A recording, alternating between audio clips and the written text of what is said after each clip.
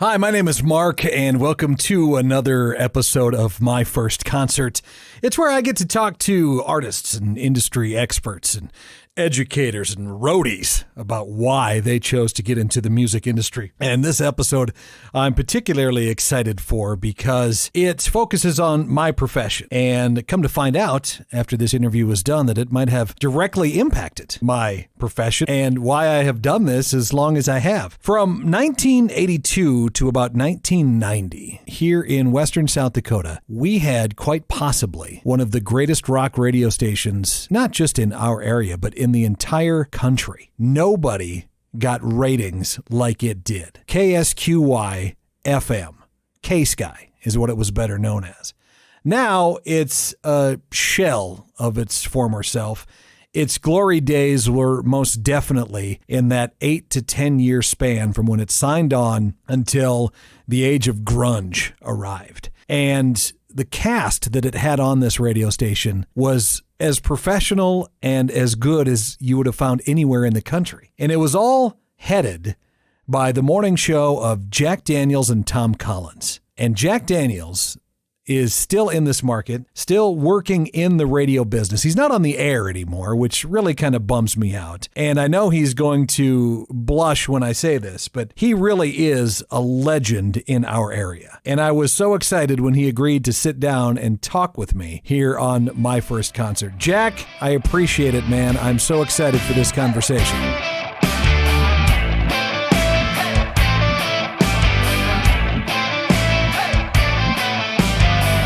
It's just an honor, Mark. I mean, when you called me, I was just so, I just was taken by it, man. It's a great honor. Well, I honestly have been wanting to talk to you for a long time about the heyday of radio here in Rapid City. Now, let me just kind of set this for you a little bit. Now, I got to go back to 1984 to 1988. Okay, that's when I was in high school. So I was in a very small town just over the border, up in Bowman, North Dakota. So at night, on the weekends, there were two radio stations we listened to. One was KFYR out of Bismarck, okay? And the other one was KSQY in a little town of Deadwood, South Dakota. And I remember driving around listening to it at night and just, you know, if there wasn't a cassette in the car, that radio was just blasting because it was one of the one of the biggest album-oriented rock stations, really, not just in our area, but in the country. When you think back on that same feelings, those same memories, because you were part of something that hasn't been replicated here yet. Well, what was strange about it was, and you and I talked about it before we started our interview today, I wasn't part of the original team. They signed it on, and then after about 6 months, their morning guy, Matt Afkin, decided he didn't want to do it anymore. So they called me and said, "Hey, you want to do mornings on K-Sky?" And I went, "God, are you kidding me? I was working at Budget Tapes and Records in Rapid City. I wasn't even on the air." Oh, you're kidding. And I hadn't been on the air for a long time, so I said, "Okay, whatever." So quick story. I drive up to Lead Deadwood, right, and I do the interview with Jack Lundy, who, you've worked with before, and Ken Mills, who was the original owner, along with Houston Halgo, who, of course, owns Halgo Broadcasting here in town. So anyway, we, agree on conditions and stuff like that. I'm looking out the window. We're in Lead as we're doing the interview. It starts to snow, and I'm not kidding you. It snowed 110 inches over the next 48 hours, and I couldn't get out of Lead Deadwood. That's how the whole thing started up there, So, well, what's your background, Jack? Where are you from originally? You talk about what you used to listen to when you were that age. Yeah. I grew up in Rapid City, right? Okay, you're a local then. You're 100% a local guy. I was born in Nebraska, but I moved to Rapid when I was 9 years old, and I mean, I remember back during that time. You want to talk about legendary radio stations? I mean, back during this time at KKLS, AM and FM in Rapid City, I mean, that's back when Jim Shaw was on the air. That's back when Cliff Powers was on the air. Cliff Powers, who was just inducted into the Rock and Roll Hall of Fame here in South Dakota. He was on in New York City for 20 years. Oh, wow. Yeah, Nathan Page, Chuckles Mack, Randy Sutton, John Derrick. John Derrick, there's another name. Yeah. And he's still on the radio here, here in town. So I used to listen to these guys all the time and thought, oh my God, they were heroes of mine, right? I never thought about radio or anything like that. I just really enjoyed listening to it. Anyway, I just always was associated with music. And then And the first thing I ever did is I was in the entertainment business. I used to work with Mike Chambers and Matt Bouchon and Scott Johnson out of Minneapolis, and we used to book bands kind of like Shane Funk does now for Home Slice, right? Oh, really? Yeah, and so we ended up going to Kansas City, and we were booking bands out of Lawrence, Kansas, to be exact, all over the United States. Spider and the Crabs, the Fabulous Flippers, White Wing, Wakefield, all of these great bands like Judd Hoos right. today, right. Brandon Jones. Right.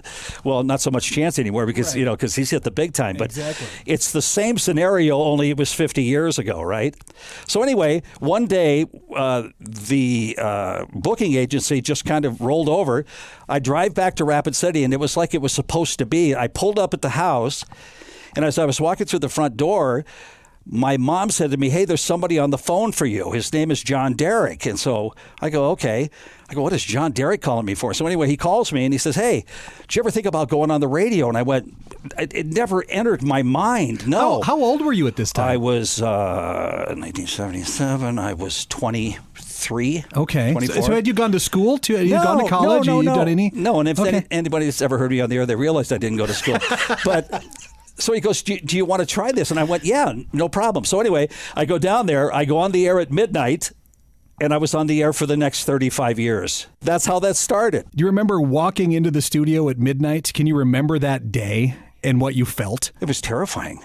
We were up on Skyline Drive. And this is only about 6 months after you said K-Sky had officially signed on, wasn't it? Oh, no. Or was this? This was well before K-Sky. This was back near, this was back in 76. Okay. Well, what station was it then? It was KKLS. KKLS, AM and FM, Rapid City. Oh, you started on one of the absolute originals here then, really. And I mean monster announcers, the best ever. You know what I mean? And so I do midnight to 6, and then I would take it up to 6 o'clock, and it was the legendary Abner Hunter George and Tom Franklin that did mornings. And I would go into those guys at 6 o'clock, and I did the overnight shift for 1,000 years. So then what was that transition from KKLS to K-Sky? Well, then I had a brief stint in Gillette, Wyoming, because I had went over there to work for Steve Hughes, which was coal radio in Gillette, Wyoming. This is the late 70s, course it right? was. So yeah. So anyway, I remember that experience. They had just a shack out by the railroad tracks. And this is Gillette, Wyoming in the late 70s, man. I mean, you want to talk about, it was the frontier. And the first day I'm there, right, I'm on the air, and we're spinning records then. It's vinyl. You're queuing up the song and then hitting the thing. So anyway, I'm sitting there in the control room, and I look over, and there's a mouse running on top of the record. And I went, where are we here, and stuff. Fast forward. About 2 songs later, I'm on the air and I'm talking and, back announcing the song and stuff like that. And I feel something in my pants that's running up my pants. So the joke was for the remainder of the time that I was at that radio station, I had rubber bands on the bottom of my blue jeans until I finally left. Then I came back from there and worked in Rapid City for Tom Communications, which was Tom Kearns and Tom Brokaw. Right, the legendary NBC News announcer. Right. And so worked with them for a while, and then I just kind of got out of radio. Started to work for Kevin Probst down at Budget Tapes and Records, right here on this corner. Oh, right where this building is we're sitting in? This is where Budget Tapes and Records was. Oh, that answered we were sitting the other day trying to remember what was here. It was Budget Tapes and Records. And then I think there was Exhaust Pros was here or something like that. I remember standing in front of Budget Tapes and Records. We had the car doors open, and we were listening to K-Sky sign on at high noon that day. And I went, oh my gosh, listen to this music. They played, wasn't it Turn Me Loose by Loverboy? I believe so, yes. Right off the bat. It was just all of those absolute monster rock songs so from again, 82. Even hearing the stuff, I had no aspiration whatsoever that I was ever going to get back into radio, whatever the case may be. So 6 months later, they call me, and I'm right back into radio. Where did you start then when you got on to K? Were you in the mornings? I did mornings. Away? You went right away into mornings. Right away in the mornings, and they were kind of going, well, you need help, doing it yourself and stuff like that. So we had a Read the News contest. So we brought people in to just work with me, and then along came this guy named Tom Zupid, who eventually became Tom Collins. And we became Jack and Tom in the morning. And that was after his stint here with Randy McDaniel in Rapid City on Hit 100, where they were just gigantic. So, he had no aspirations about being back on the radio again. Next thing you know, he's with me, and for the next 8 years, we worked together. Is that all the longer you guys did mornings with Case Guy? Because boy, it seemed like you were there. It did seem longer. Well, and I don't. Yeah, didn't mean how that came out. Longer than 8 years. Yeah. So you were there till 90 then. Yeah. Right. Okay. Yeah, and then we were shown the door. But you talk about the power of that radio station. We had Jeff Michaels working middays, who was just a monster. I remember sitting there the one day, and the secretary downstairs said, "Hey, there's a lady here to meet with you." And I said, "Okay." So I came downstairs, and this really small girl says to me, "Hi, I'm Betty Corvin, and we were just out here visiting the Black Hills and stuff like that, and I really love this radio station. I would really like to work here." And I went, "Well, we've got our people and stuff like that." I said, "Do you have any experience?" She goes, "Yeah, I do 7 to midnight on WMMS in Cleveland," which at the time was probably the premier rock station in the United States. And I said, "No, you don't." She goes, "Yeah, I work 7 to midnight on WMMS." So we made some phone calls, and she did, and so we hired her to do Afternoon Drive. That lineup that Case Guy had then. It was, like I said, you and Tom and Jeff Michaels and Betty Corvin. And then at night was... Well, that kind of varied at time. We had Terry Anderson. Yep. We had Colin Heipel. Colin Heipel, that's right. Which was he also from? Yes, he was from my hometown. Well, let's not forget your hometown, Carey Freeze. Carey Freeze. He was 13 miles away. He lived in Scranton, which is funny because I also did this podcast with Kat Perkins. Oh, sure. Who's also from Scranton. Oh, you're kidding me. Which is amazing. Two people that are just incredibly talented. Obviously, Kat. But Carey was one of the best production guys I ever not really worked with, but just knew of. His ability to sit down in a room with a reel-to-reel machine and make these commercials. He was phenomenal. And then that voice. Yes, it was just butter. Well, no, he had a voice like you. It was just so very natural. Right. He didn't try to do anything with it. He often said to me, he goes, "I would like to be able to walk into a McDonald's and order a hamburger and they know it's me." You know how it is. Like, when you would go to like all of the big disc jockey conventions, like up in Minneapolis, whenever you'd see somebody, they'd go, "Hey, Mark, how's it going?" Right, man? exactly. How you doing, dude? And he'd go, "Why are you talking like that?" I mean, yeah, exactly. Well, people will still say that. They're like, "You have a radio voice and you have a normal voice." No, a little. No, you maybe. sound exactly like you do on the air, Mark. That's what's so great about you. Those days, did you realize what was going on around you at that time? Did you realize that what some people don't know is radio stations are usually judged on used to be called the Arbitrons. Now it's Nielsen now. So you guys, and their ratings, I mean, like television ratings. Right. And I know at one point, Case Guy, I believe, had a 40-plus share. Which is just unheard of. It had the highest average quarter-hour share of any rock station in the United States. Were you aware of that? Did you know what rock stars you guys were? Well, I was never very smart. I just always said, if our number is bigger than theirs, then we must be winning.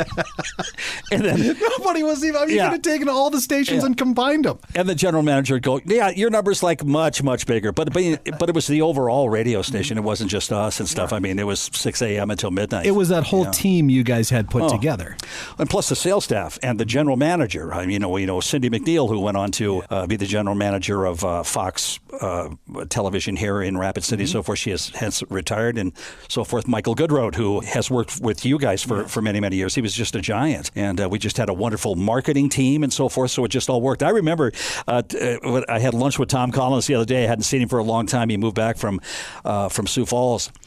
And he was quick to remind me that we knew where we were going to be a year from that date. So like the live appearances and the things that we did were booked a year in advance. That's just unheard of. And I just went, and eventually got to the point where Tom got tired of it, and so did I. Sure. But I was married and we just had babies and we needed the money, so I just go, let's just keep doing these things because I need the cash. Well, and it was in the building that you guys were located in too, where Case Guy started. It was. I mean, the historical significance of it is amazing. 666 Main, by the way. 666 Main Street in Deadwood, South Dakota. It was in an old bank building. Right. You had both floors of it. Right. What I loved, because I was lucky enough, I actually worked on Case Guy for about 4 months. I was working overnights on weekends. You had actually hired me in 88, 89. Right. Yep. And I had come in. I would be there when Good Road came in to do his jazz show. So I got to be up there working. Yeah, it was probably midnight till, well, it must have been midnight till 6 or 2 to 6, something like that. Right. And I remember that the first time walking into that building and the door for whoever was there closed behind me and they left. It was one of the most surreal experiences and creepiest buildings I think I've ever been in. The bank vault, an honest to God bank vault. There was 3 of them? There was 3 of them on all floors. There was a bank vault on all 3 floors. Well, I didn't know that. It was that a bank. Made it even creepier. Right. Did you notice the label on my door, the first door when you came up the stairs to the right? It said Doc Smiley. Doc Smiley, the dentist, right? And he was there for 50 years. Oh, he's still there. Yeah. Oh, yeah. I think you may be right. There's no question. And I went up there the other day, and the production studio and everything is still in there the way it was 30 years ago. They're not doing anything with that second floor? Well, some guy, third floor? Some guy has a gift shop downstairs, right. And so I walked in there one day and I said, "What are you doing up there?" And he goes, "We've never touched it." And I said, "Do you mind if I walk up there?" And I used to work here. And he goes, "Yeah, go ahead." Oh no! You want way. to talk about creepy? Yeah, it was creepy. Oh, I would love to see that again too. Creepy. Well, because the Chinese tunnels were under that building. You could go down into them. Carrie took me down there one night. Right. He said, "This is about as far as we can go." I think he was like, "I just don't want to go any further." Yeah. But the history of that building and where it started to added, I just think, to that wonderful mystique of that entire radio station. I remember the night the Syndicate building lit on fire, which was right next to the Saloon Number 10 on the corner there. Okay. Which were directly across the street from K-Sky, right? Right. We're doing a live play-by-play on it. Oh, my God. Because the studio's right there on the corner, directly across the street from the old style. It got so hot, we thought the windows were going to blow out. So we ran the telephone wire down to the end of the hallway and continued to do a live broadcast of what was happening across the street. It was like 15 below zero outside there trying to put this fire out. And it burned right up to the Saloon Number 10, and that's when it stopped. I'm just surprised that whole street just didn't go up in flames. It burned everything up right to the wall of the Saloon Number 10. I don't know what that tells you. Yeah, I don't know. But, and one of the other things I think you guys did too before anybody else, which again, this is I'm just kind of reliving some of my memories of K-Sky. We came down for senior pictures when Carrie Fries was working there. And Carrie was like, "Hey, if you guys want to come by, we'll show you the studios and everything and give you a tour." And that was like getting to visit, any prestigious anything to a bunch of rubes from North Dakota to get to go into the K-Sky building. But you guys had that van with the big speakers that opened up out of the back, and Carrie's like, "Hey, you guys want to drive it around? You want to drive it around town?" I'm like, "Well, of course we do." And it was, I don't remember, since then, all radio stations have their station vehicle, but you guys had this with the speakers and the ability to be a mobile unit with that thing. It was the K-Sky Coca-Cola video. The Coca-Cola, yes. And it was so funny because who we were competing against here in town and stuff. We debuted it at the World of Wheels at the Civic Center that year and stuff. And the sales manager from the competition came up to me and he goes, "We had first shot at this." And I said, "Bad decision," because we had this thing lit up and it had like an 80-inch screen out the back of it and a sound system, and it was really kind of the hit of the show. It was amazing. Anytime that was parked anywhere, right? That was such a draw for people. And plus, you're connected with Coca-Cola, so yes, kind of go. And you said you passed on that one, yeah, exactly. And you still have a job. Oh, do you? Is there any desire, Jack, for you to ever go back and do something like that? Not at all. Not at all. There's been, we have 6 stations, just like you do and everything like that. Right, and I should mention that there's 3 main radio groups in this city. Right. Maine, that everybody, there's Home Slice, which is who I work for. There's Howgo, which is another one. And then there's Riverfront, right, which you are a part of. That I'm a part of. What do you do there specifically, Jack? I'm a salesperson, and that's, and I have been since 2007. Okay. So I haven't been on the radio in for a many years. Yeah. Why not? Yeah, you can voice track now, of course, yes, which that's what makes everything different now. Is that very different? A lot of times back when I was running K-Sky, we ran 24 hours a day, yep, 7 days a week, live bodies. Yeah, and that's why I say most of the people that work for me, there's far more people that hated me than liked me, because I set up the schedule, and there were people working Christmas Eve and Christmas Day and New Year's Eve and New Year's Day, and that's just the way it was. We had to staff it around the clock. But now, you can voice track, and they've asked me whether or not I would like to maybe do an afternoon show on Q92.3 and I just got, there's just no reason. And it's like I always tell my kids, I had my turn, and I had a long turn. You know what I mean? It was a 35-year run. That's good enough. And really, when you look at the talent that's in this market, and particularly with your group and some of the people that we have, this is a very, very strong radio market. It really is. And I just really don't know if I would want to step back into that arena again. Yeah, it's interesting, because I'm at that point where I maybe have 10 years left if I want to keep doing this, and I often think about that. I think about guys like you, and I think about guys like Michael and Tom and these guys that just had these amazing radio careers. Sure. And so, afterwards, how much are you going to miss it? I mean, do you have? There's no draw left? There's nothing in you that says no. There really isn't. And I can't explain why. Right. I can't explain why. It's just like I realize I can't dunk a basketball anymore. I can't hit a curveball anymore, because I used to be an athlete. I went to Rapid City Central High School here, grew up in North Rapid, and was always an athlete. And I just realized I can't do that anymore. I think sometimes you just have to understand your limitations and realize. And this is really just kind of a. The next step from that. I'm still, I think when you're still involved. I'm still involved. I'm in the marketing aspect of everything, and I'm directly involved in all of the, the shows and so forth. Everything that comes into town. I do all the media relations for Deadwood Mountain Grand.